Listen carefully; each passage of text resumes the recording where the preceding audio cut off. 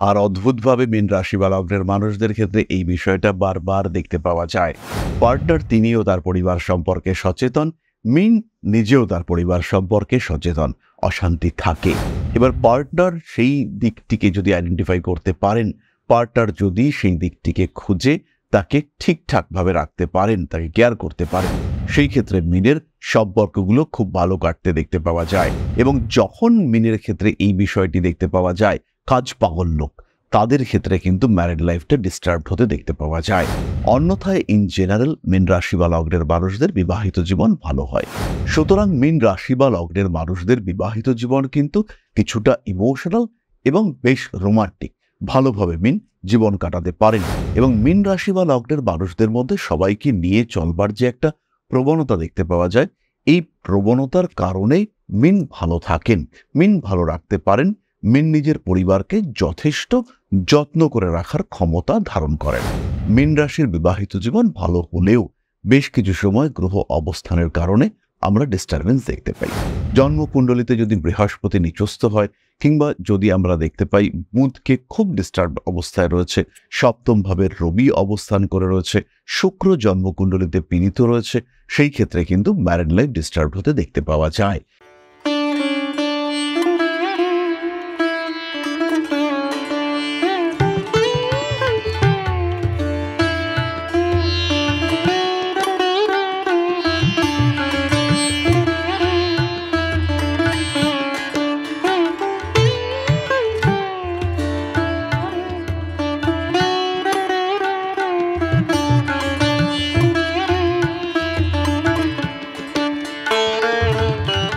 নমস্কার, Rishibani institute of Vedic অ্যাস্ট্রোলজির পক্ষ থেকে স্বাগত জানাই আজকের জ্যোতিষ আলোচনায়। আমি শান্তনু আপনাদের সঙ্গে। আলোচ্য বিষয় রিলেশনশিপ, প্রেম, ভালোবাসা, বিবাহ, সম্পর্ক, স্বামী স্ত্রীর শারীরিক অবস্থা এবং মীন রাশি, কালপুরুষের দ্বাদশ রাশি, দেবগুরু বৃহস্পতির দ্বারা প্রভাবিত এই রাশির মানুষরা যথেষ্ট অ্যাডজাস্ট করবার ক্ষমতা সম্পন্ন, বেশ কিছুটা রোমান্টিক, বেশ কিছুটা ইমোশনাল এবং তার সঙ্গে সঙ্গে সবাইকে নিয়ে থাকার মানসিকতা সম্পন্ন, অর্থাৎ ভীষণভাবে সামাজিক। এই মীন রাশি বা লগ্নের মানুষদের পার্টনার কেমন হতে পারেন, পার্টনারের সঙ্গে তাদের অ্যাটাচমেন্ট কেমন হতে পারে, পার্টনারের প্রতি নির্ভরশীলতা কেমন হতে পারে, এই সমস্ত বিষয় নিয়েই আমাদের এই ভিডিও। এবং কেমন হতে পারে বিবাহিত জীবন, সেটাই আমরা খুঁজে বার করবার চেষ্টা করব। প্রথমেই বলি, মীন রাশি বা লগ্নের মানুষদের যিনি পার্টনার হয়ে থাকেন, তার মধ্যেও কিন্তু নিজের পরিবারের প্রতি একটা অ্যাটাচমেন্ট দেখতে পাওয়া যায়, একটু চাইল্ডিশ। অন্যদিকে মীন কিন্তু একটু বেশি পরিণত।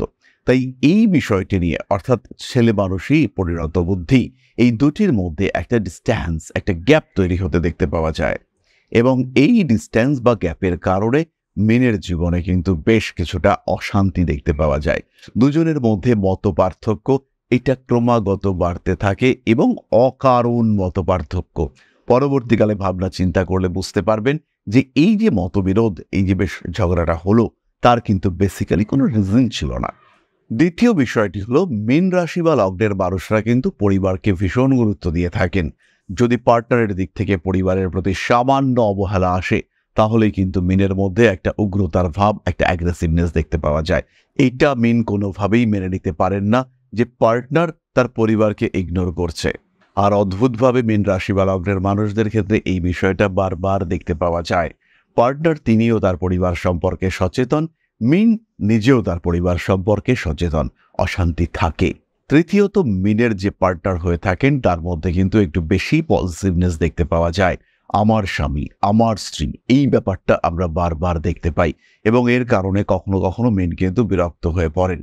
মীনের কিছু বিশেষ গুণ থাকে, কিছু বিশেষ যোগ্যতা থাকে, কিছু বিশেষ কারণে মীন কিন্তু অন্যদের থেকে একটু ডিফারেন্ট হয়ে থাকেন। এবার পার্টনার সেই দিকটিকে যদি আইডেন্টিফাই করতে পারেন, পার্টনার যদি সেই দিকটিকে খুঁজে তাকে ঠিকঠাকভাবে রাখতে পারেন, তাকে কেয়ার করতে পারেন, সেই ক্ষেত্রে মীনের সম্পর্কগুলো খুব ভালো কাটতে দেখতে পাওয়া যায়। অন্যথায় কিন্তু মীনের প্রেম, বিবাহিত জীবনে অশান্তি, অস্বস্তি বাড়তে দেখতে পাওয়া যায়। রিলেশনশিপগুলিকে মীন ভীষণ গুরুত্ব দিয়ে থাকেন এবং মীন আশা করেন বিপরীত দিকের লোকটাও রিলেশনশিপকে সেইভাবেই গুরুত্ব দেবে। কিন্তু কোনো সময় বিপরীত দিকের মানুষটার মধ্যে একটু রাফ টাফ বিহেভিয়ার দেখতে পাওয়া যায়, তাকে কিন্তু মীন খুব একটা অ্যাকসেপ্ট করতে পারেন না। কিছু কিছু সময় মীন রাশি বা লগ্নের মানুষরা অতিরিক্ত কর্মপ্রেমিক হয়ে ওঠেন। তাদের পেশা তাদের জীবনে মূল লক্ষ্য হয়ে দাঁড়ায়, এবং যখন মীনের ক্ষেত্রে এই বিষয়টি দেখতে পাওয়া যায়, কাজ পাগল লোক, তাদের ক্ষেত্রে কিন্তু ম্যারিড লাইফটা ডিস্টার্ব হতে দেখতে পাওয়া যায়। অন্যথায় ইন জেনারেল মীন রাশি বা লগ্নের মানুষদের বিবাহিত জীবন ভালো হয়। মীনের পার্টনার হন একটু চাইল্ডিশ প্রকৃতি সম্পন্ন, হ্যাপি এবং সুশ্রী। মীন রাশি বা লগ্নের মানুষ তারা কিন্তু পার্টনারকে ভীষণ ভালোবাসেন, ভীষণ কেয়ার করতে পছন্দ করেন।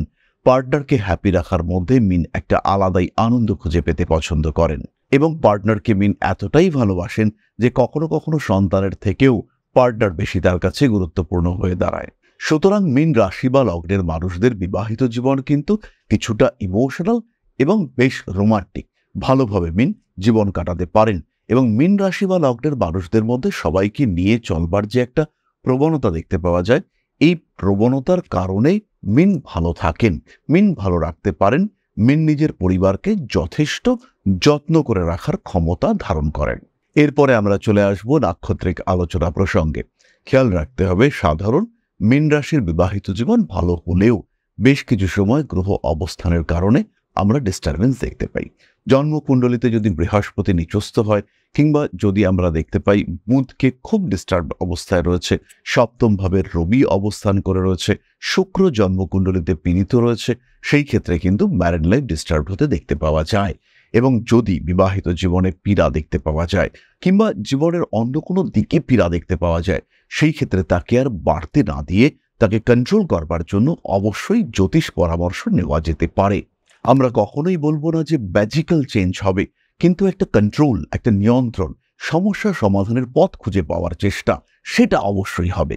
বাধা বিপত্তি সমস্যা থেকে যে আপনি একদম নির্মূল হয়ে যাবেন তা কিন্তু নয়, কিন্তু সমাধানের একটা পথ, কোন দিকটা সমাধান যোগ্য তাকে আইডেন্টিফাই করা, আদৌ সমাধান হবে কিনা সেটা বুঝতে পারা, আপনার ভবিষ্যৎ জীবন কিন্তু অনেকটা স্মুথ হতে দেখতে পাওয়া যাবে। হতেই পারে আপনার যা জন্মকুণ্ডলী তাতে বিবাহিত জীবনে স্বস্তি ফিরবে না, কিন্তু আপনাকেও এটা জানতে হবে যে আমি যতই চেষ্টা করি স্বস্তি ফিরবে না। তাহলে সেই চেষ্টা করতে গিয়ে সময় নষ্ট না করে আপনার কোনো একটা স্ট্রিক্ট ডিসিশনের দিকে আসা উচিত। এই বিষয়ে আপনাকে আপনার জ্যোতিষ বন্ধু সাহায্য করবেন। তাই জীবনে যখন পথ খুঁজে পাচ্ছেন না, যখন জীবন অনেকটাই দ্বিধাগ্রস্ত, সেই সময় কিন্তু আমরা রয়েছি আপনার পাশে। সেই সময় সঠিক পথের দিশা খুঁজে পেতে যোগাযোগ করুন আমাদের সাথে। Rishibani institute of Vedic astrology, আমরা রয়েছি কলকাতা উত্তর এবং দক্ষিণে, আমরা রয়েছি আপনার শহর আগরতলা, আমরা রয়েছি আপনার শহর দুর্গাপুরে। তাহলে সরাসরি সাক্ষাতের জন্য আজই যোগাযোগ করুন ঋষিবাণী ইনস্টিটিউট অফ ভেদিক অ্যাস্ট্রোলজির সঙ্গে। এরপরে আমরা চলে আসবো নাক্ষত্রিক আলোচনা প্রসঙ্গে। প্রথমেই পূর্ব ভাদ্রপদ, একটু ইমোশনাল, ভীষণ রেসপন্সিবল, পড়াশুনো করতে ভালোবাসেন এবং নিজের কেয়ারিং, এইটা পূর্ব ভাদ্রপদের ভীষণ পছন্দ। সাধারণত এরা একটু বেশি বয়সেই বিয়ে করতে পছন্দ করেন। পরিবারের প্রতি অতিরিক্ত দায়বদ্ধতা, পরিবারের প্রতি অতিরিক্ত অ্যাটাচমেন্ট, তার কারণে ম্যারিড লাইফে কিছু সমস্যা দেখতে পাওয়া যায়। তবে পূর্ব ভাদ্রপদ চেষ্টা করেন সেই সমস্যাগুলিকে প্রাণপণ অতিক্রম করবার এবং সমস্ত দিকে ব্যালেন্স করে চলবার। স্বামী কিংবা স্ত্রীর 33-38 এই দুটি বয়সে শারীরিক অসুস্থতার সম্ভাবনা দেখতে পাওয়া যায়।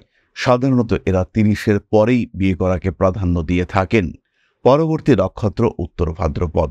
প্রেম, বিবাহ ইত্যাদি সংক্রান্ত বিষয়ে মাঝে মাঝেই একটা অনীহা দেখতে পাওয়া যায়। এরা রিলেশনশিপের ক্ষেত্রে ভীষণ স্ট্রিক্ট। এরা প্রেম, ভালোবাসা যে কোনো দিকের গুরুত্ব উপলব্ধি করতে পারেন এবং সেই দিক, সেই ক্ষেত্রগুলিকে ভীষণ যত্ন করে রাখতে তারা কিন্তু পছন্দ করে থাকেন। জীবনের সমস্যা যেদিক থেকেই আসুক না কেন, পরিবারের মানুষগুলির উপরে কোনো আঁচ আসতে দেব না, সব সমস্যার ঝড় আমার পিঠের উপরে বর্ষিত হোক, এই মেন্টালিটি আমরা উত্তর ভাদ্রপদের ক্ষেত্রে দেখতে পাই। তারা কিন্তু স্ট্রিক্ট, তারা ইমোশনাল, কিন্তু তার সঙ্গে সঙ্গে তারা ভীষণ ভীষণ রেসপন্সিবল। বিয়ে নিয়ে এদের মধ্যে একটা বিভ্রান্তি দেখতে পাওয়া যায়। অনেক সময় উত্তর ভাদ্রপদ তারা বিয়ে করতেই চান না, কিন্তু তারপরেও আলটিমেটলি যদি তাদের বিয়ে হয়, তাহলে যে মানুষটিকে তারা আনলেন বা যে মানুষটির সঙ্গে তাদের অ্যাটাচমেন্ট হলো, তাকে ভালো রাখার পূর্ণ প্রচেষ্টা তাদের মধ্যে দেখতে পাওয়া যায়। রেবতীর কিন্তু মাঝে মাঝে মাইন্ড ডাইভার্টেড হয়ে যায়। রেবতী দুঃখ পান খুব তাড়াতাড়ি, আর দুঃখ পেলে সঙ্গে সঙ্গে রেবতীর প্রচণ্ড অভিমান হয়। রেবতী মুখ ফিরিয়ে নিতে পছন্দ করেন। হাসি খুশি ঠাট্টা তামাশা মজা আনন্দ এগুলো রেবতীর প্রয়োজন। জীবনে ভালো থাকার জন্য, জীবনে টিকে থাকার জন্য, জীবনকে উপভোগ করবার জন্য রেবতীর কিন্তু প্রয়োজন ভীষণভাবে এন্টারটেইনমেন্ট। এটা না হলেই রেবতী অস্থির হয়ে পড়েন। বিয়ে করতে পছন্দ করেন রেবতী। বিবাহিত জীবন, রিলেশনশিপ, পার্টনারশিপ এটা রেবতীর ভীষণ ভীষণ পছন্দ। কখনো কখনো একটু বেশি ইমোশনাল রেবতী নক্ষত্রের মানুষরা তাড়াতাড়ি বিয়ে করে ফেলেন এবং বিয়ে, প্রেম, রিলেশনশিপ এর মধ্যে একটু অ্যাডভেঞ্চার এইটা রেবতী নিয়ে আসতে পছন্দ করেন। ঠাট্টা তামাশা মজা, স্বামী কিংবা স্ত্রীর সঙ্গে আনন্দ বিনোদন এটা রেবতী ভীষণ ভীষণভাবে পছন্দ করেন। সুতরাং মীন রাশি এবং তার 3টি নক্ষত্রের প্রেম, বিবাহ ইত্যাদি সম্পর্কে আমরা জানলাম। সাধারণত মীনের বিবাহিত জীবন ভালো হতে দেখতে পাওয়া যায়। মীন চেষ্টা করেন, নিজের দিক থেকে 100% চেষ্টা করেন নিজের সংসারকে গুছিয়ে গাছিয়ে আর একটু বেটার করে তোলার। মীনের মধ্যে সমস্ত দিককে ব্যালেন্স করবার ক্ষমতা রয়েছে, প্রচুর অ্যাডজাস্ট করবার সামর্থ্য দিয়ে মীনকে ভগবান পাঠিয়েছেন। তাহলে এরপরে আমরা চলে আসব আলোচনার পরবর্তী পর্যায়ে, অর্থাৎ আপনাদের প্রশ্নে জ্যোতিষের উত্তর। তবে তার আগে একটি ছোট্ট বিষয় আপনাদের সঙ্গে শেয়ার করতে চাইব। পরম ব্রহ্ম মিলন মঠ ও সেবাশ্রম অধ্যাত্ম, সেবা এবং প্রকৃতি পূজনে সম্পূর্ণ নিয়োজিত একটি সংস্থা। সম্পূর্ণ স্বেচ্ছাসেবী এবং সমাজ কল্যাণমূলক এই সংস্থা আমরা এগিয়ে চলেছি মানুষের পাশে দাঁড়ানোর লক্ষ্যে। এই প্রসঙ্গে দীর্ঘদিন ধরেই আমরা বিভিন্ন এলাকায় বেশ কিছু কাজ করে আসছি।